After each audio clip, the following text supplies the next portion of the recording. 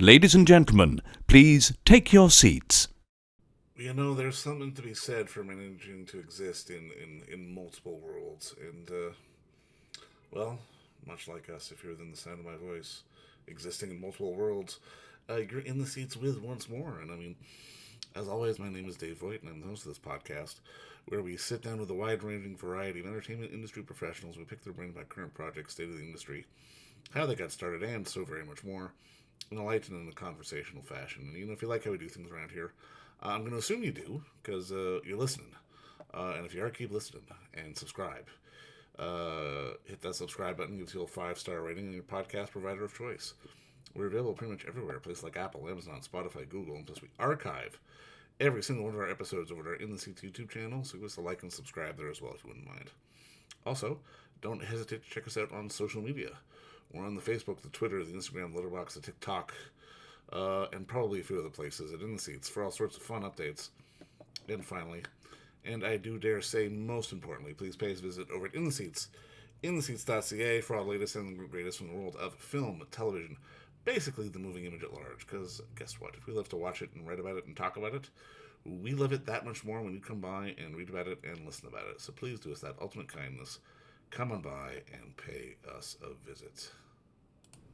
On today's episode, boy oh boy, we got a fun one. It is an animated romp, which I fully admit I did not expect to like, but I really dug.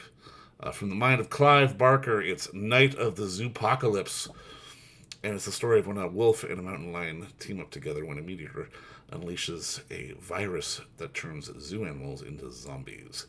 They join forces with other survivors to rescue the zoo and stop the deranged mutant leader from spreading the virus. I know on paper, this, like, just hearing me describe it sounds a little goofy. And it is. But it's also a little bent. It's also a little dark. It's also a little messed up. This is going to be good for kids and horror fans. And it's really, really quite well done. And it is in theaters tomorrow from our friends at Elevation Pictures. So go check it out if you have kids or not. Again, it's one of those movies. If you're a horror fan, it'll work. If you've got kids, it'll work too. But we had a chance to sit down with the directors of the film, Ricardo Curtis and Rodrigo Perez-Castro, just about sort of how they got involved with the projects, working from the mind of Clive Barker, the pressures, the terrors therein, and also how they managed to sort of, like I said, straddle that line between cutesy and, well, dark and bent, because it does it really well, and it's got both, and it's a fun movie, unexpectedly fun, that I cannot recommend strongly enough. Like I said, Night of the Zoopocalypse from our friends over at Elevation Pictures is in theaters tomorrow, March 7th, wherever you go watch movies. But first, enjoy our conversation with directors Ricardo and Rodrigo, because between you and me, it's a pretty darn good one. Hey guys, how you doing today? Good, Very good. good. You?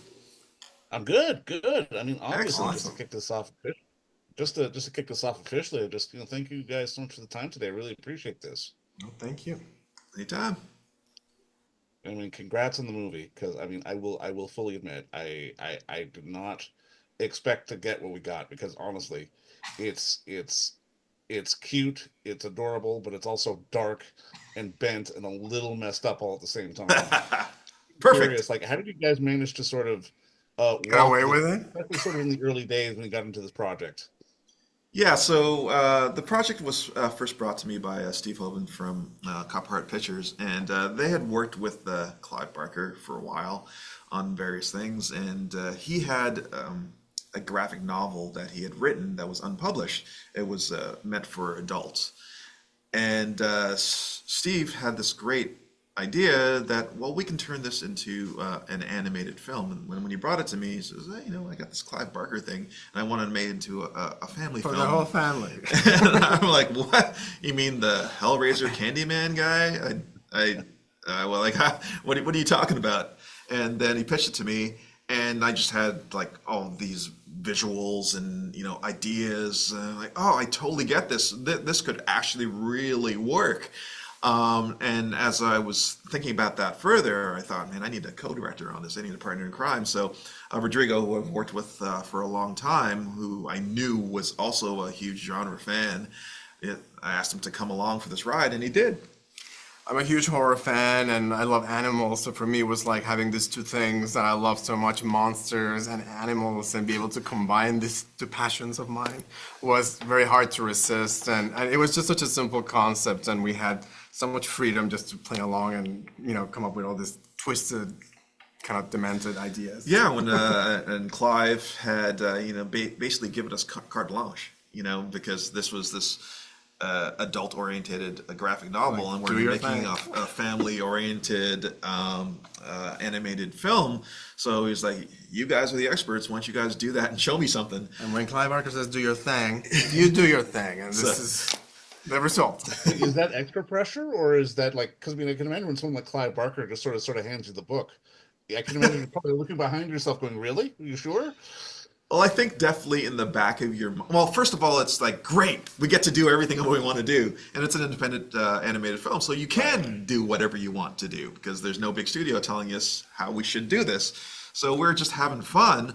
But of course, in the back of your mind, if he doesn't sign off on this at the end, we just wasted a whole lot of time. And But he was very hands-off and respectful, and he really let us just drive this, and I think it was a joy when he saw the final thing and Yeah. he basically loved it. Like, okay, so it worked. I loved the setup and the development of the characters. I mean, obviously, as a film, critic person, obviously, I gravitated towards Xavier, but it's one of those things where it really felt like the characters were designed to sort of hit all those horror movie buttons that we all love so much. Like, how fun was it for you guys, especially with the screenwriters, to really flesh out sort of how they not only acted but looked as well? We had a ton of fun doing that. Of course, we want to make something that will look as cool as we can possibly make it, be as original as we could, and I think that we definitely did that. But we also wanted to make things that was accessible to our audience, who we knew we call this a gateway horror film, right? So all these things that we knew from the horror films that we liked when we were younger, we wanted to put in this, but they had never seen any of that before. So we made sure we had a character like Xavier, who you liked, who would kind of be the narrator who would take our younger audience through it and say, this is what's supposed to happen. This is what, this is what's supposed to happen here. And then we just made it fun. So now you, as someone who's experienced in watching these type of films, you could say that, oh yeah, that's it. I get it. I'm having fun. I know what that means. But it's somehow kind of melded into the narrative of this film. And visually, we knew that we had to do some tricky things to get away with what we wanted to put on screen. Like, we knew that we wanted some horror body kind of stuff, like, obviously like limbs dropping, heads falling, and that kind of stuff. But we knew we couldn't really have blood and real gore, so we had to make some really just weird, unique choices in terms of just like really pushing the stylization of the characters, making them extremely cartoony, like going almost back to like the rubber hose style of animation, but in CGs they're that simple in a way, so that when you put them in these kinds of situations where they're losing their limbs and all that, it works very well, but it's not the shocking kind of gore that you would expect, obviously, from a live action perspective. And we're in a medium of animation, meaning that we can do whatever we want. If we can think of it, we can create it. And we looked at zombie films, and the zombies tend to be very similar in the way they're designed and the way they move. And we're like, well, it's animation. We can do something. We can do something different. And Rodrigo is the one who came up with the concept of the gummy monsters, where they were basically gummy bears. How can we make gummy bears into zombies? And they're like, well, that's an interesting challenge. But it's animation. Let's do it. When I pitched that to Ricardo, our producer, so it was like, I don't know, let's see if they go for it. And they're like, yeah, that solves the whole gore thing. And we just went with it. And it's just something that I think really stands out in terms of some of the ideas that we have. The other one I think was this notion of the mix and matching of body parts. That in every zombie movie we know that there's always something new. That like you watch 24 days later, and now they're moving fast, and like so we're like, what can we do that we can bring something that's a little different? And in our case, we thought, what if they start exchanging body parts, like when we have that Gorath sort of like homage to the Thing. It's like, and we wanted to do a lot of those. Ultimately, we just had that one great moment, but that was our contribution to the zombie genre. Well, I mean, that's just it. It's so simple, but it's so classic. I mean, the second I saw it, I was like, wow, that's such a perfect beat. Awesome. And I mean, just to put a bow on this, I gotta ask, because so much of this film, like I said, stylistically, like the use of light and dark, it's like it's scary, it's moody, but again, you still manage to sort of give it sort of that rounded, kid-friendly feel. Like in terms of the visual aesthetic, how did you guys go about serving both masters? I guess is the best way to put it. That was you're hitting something that was very core to this film. How do we create that balance? We want our audience to really experience what some of the thrills and scares, but we also don't want them running out of theater. We want them to have those laughs, and so throughout the production of the film, there are thousands, maybe millions of decisions that you make to say that, okay, in order for us to ramp up this tension and have everyone enjoy it, how do we let it go? And we did that with comedy mainly, where it said for every time there was a jump scare, there was a laugh out loud, and that was sort of our philosophy. Like we can't have one without the other in terms of having that tone. And I think visually, like we knew that there's that big tradition in horror movies, and a lot of it comes from like the budgets, which is less is more, right? Like you kind of have everything hidden in fog and whatnot. And I think we had such like stylized cartoony characters, and when you put them in this very sort of like Ridley Scott foggy world, like it just worked great, and it just gave you a little bit of those two worlds coming together. But at the same time, we knew this was going to happen only in one night. The whole film happens in one night. And one way to do it is to make everything kind of dark and gray and with blues and purples. But another way to do it, was to go like the Technicolor Suspiria, Dario Argento Suspiria way, and have that kind of like very saturated, vibrant, and we looked a lot at Suspiria and even the Dick Tracy movie from the 90s, like this sort of like film noir kind of like, how do we make it very colorful but still keeping that kind of danger element even with the color palette, and I think it worked really well.